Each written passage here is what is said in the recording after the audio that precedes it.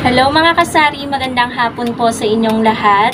So for today's video, dahil marami pong nakakapansin na well-arranged daw po at ang lago daw po ng ating sari-sari store, ay maraming salamat po sa inyong lahat mga kasari at sa lahat ng nanonood sa akin dito sa ating YouTube channel.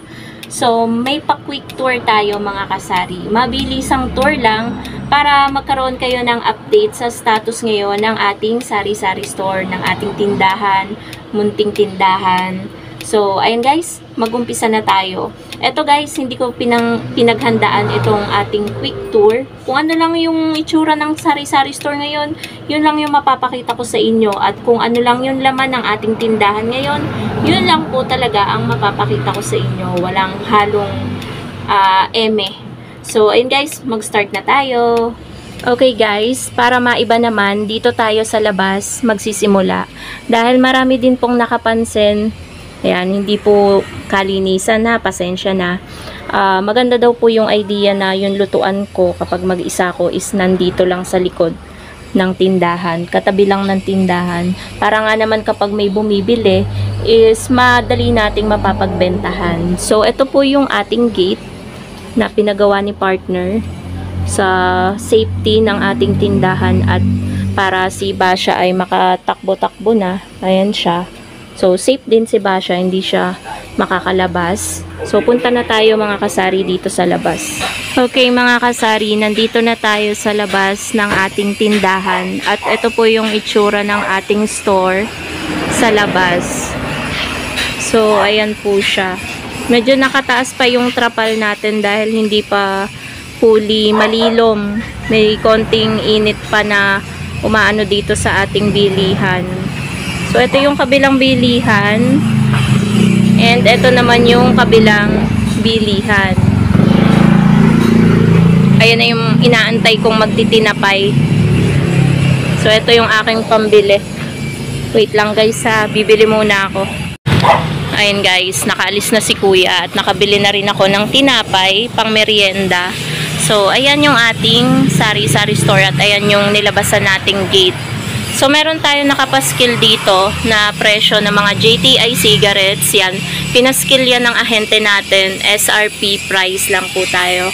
So, ayan po yung mga biskwit natin. Yan. Yan po yung itsura dito sa labas kapag mamimili ng mga biskwit yung ating mga customer. Yan. Ito bago to sa ating tindahan. Crosini. At mabenta pala siya mga kasari kahit medyo pricey. And ito yung ating mga gamis. Yan. 'Di ba? Tapos dito naman tayo sa kabila. Ayan yung itsura sa kabila. 'Di ba? Ang dami ding naka-display. Yan, bagong lagay ko lang yan, guys. Ginamitan ko nitong hook. Yan. Lagi kong ibinababa tong trapal dahil nandyan lagi tuwing umaga yung init. Baka mabugok yung egg natin dito. So, ayan pa. Tuyo. Ayan. Tapos, pag sumilip, ayan yung makikita nila. Pasensya na guys, di ko nabuksan yung ilaw. Ayan, na makikita nila. Yan, kaya ang dami nagsasabi na, ayan si Basha. Basha! Psst! Yan. Pasok na tayo. Pasok na tayo. Pasok na tayo. Wait. Yan. Wait lang. Hindi ko man nakain ng tinapay.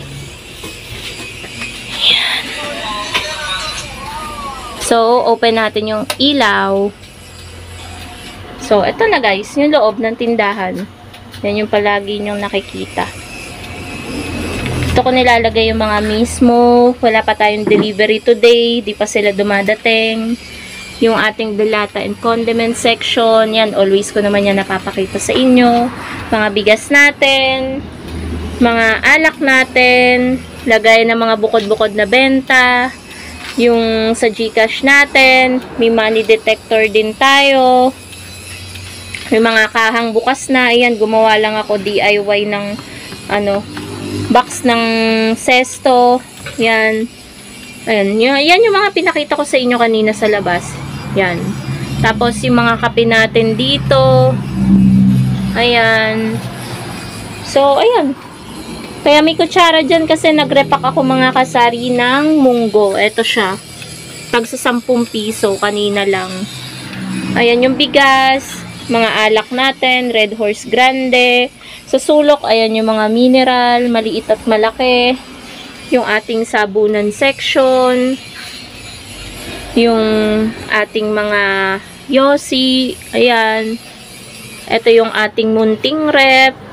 Mga frozen natin. Ayan, nandyan sa freezer. Tapos, mga noodles dito nakalagay. Mga iba pang nakarepack. Nandyan sa mega box. Tapos, meron pa tayo ditong yosi. Ayan, another yosi. Walang katapusang yosi. Ito yung egg natin. Mga pilas-pilas natin. Ayan. Inaalis ko yan dyan every magsasara tayo ng tindahan dahil binubutas-butas yan ng mabait. Dahil expired na po itong mga biskwit na to, yan na lang yung pamain natin sa mababait. Actually, meron akong pamain dito. Ayan o. Kita nyo mga kasari. Yan. Sila ang may gawa niyan. Binutas nila. So, kapag may pamain tayo na ganyan, yung attention nila nandiyan dyan. Hindi yung magbutas ng ibang paninda natin. Tapos sibuyas, bawang. Kumpleto tayo guys. Ayan. May paninda tayong mga plastic. Yan. Mura lang yan guys. Kasi ito 15. Plastic labo. 10 ang puhunan. Ito 25. 20 ang puhunan. Plastic bag na mini. Wala tayong medium guys. Hindi nakabili si partner kahapon. So, mantika. Ayan. May simpleng basurahan tayo dyan. Para wala namang, kahit wala tayong linoleum ngayon walang kalat sa sa sahig. Kasi guys, sayang kapag bago na naman yung linoleum, kaya hindi na ako bumibili. Ang bilis masira kasi may alaga tayo. Yan yung electric pan natin. Yung ating drawer, ayan, sa Pure Gold yan. So, ayan guys. Hindi naman siya as in malagong malago. Isang simpleng tindahan lang naman yung store natin guys. Mukha lang siyang malago kasi nga ayun, well arranged. Magkakasama yung mga dapat magkakasama. Tulad niyang mga shampoo, ayan, magkakasama lahat. Tapos dito, mga cream silk toothpaste, magkakasama lahat. So, kaya nasabi ng mga na well arranged. Totoo naman, well arranged naman siya. So, depende kasi sa tiyaga natin yan bilang isang tindera yung ating pagdi-display. Talaga napapaganda natin kapag motivated tayo sa ating ginagawa. So, ayan po mga kasari. Ayan yung ating tindahan. Hindi naman po siya as in sobrang lago na as in napakalago. Ayan. Siguro masasabi ko dun tayo sa well-arranged yung ating mga paninda. Talagang pinagtuunan natin ng pansin yung pag-arrange ng mga pagdi-display para makita ng mga customer talaga yung ating mga paninda. Yung mga bagay na okay lang na hindi makita na madalas namang hinahanap tulad ng alak, ng sigarilyo, yun yung hindi ko na masyadong pinapakita. Kaya nandito sa gilid na to yung ating mga at naandyan, hindi pansinin. Kasi alam naman nila na may paninda tayong alak at sigarilyo. So, doon ako nagpo-focus sa mga bagay na hindi masyadong hanapin. Yun yung binubungad ko kay customer. So, yun lang guys yung tips ko sa inyo. And ito lang din guys yung aking pa-quick tour sa inyo. So, sana nag-enjoy kayo guys dito sa aking vlog. Ito pala yung ating pampaswerte. Alam nyo ba mga kasari, simula nung nilipat ko siya dito at inalis ko siya dito, nung nilipat ko siya dito, medyo gumanda yung sales ng ating tindahan. Hindi ko alam kung anong connect nun, pero ayun. So, yun lang guys. Thank you so much for watching and happy selling po sa inyong lahat. Bye!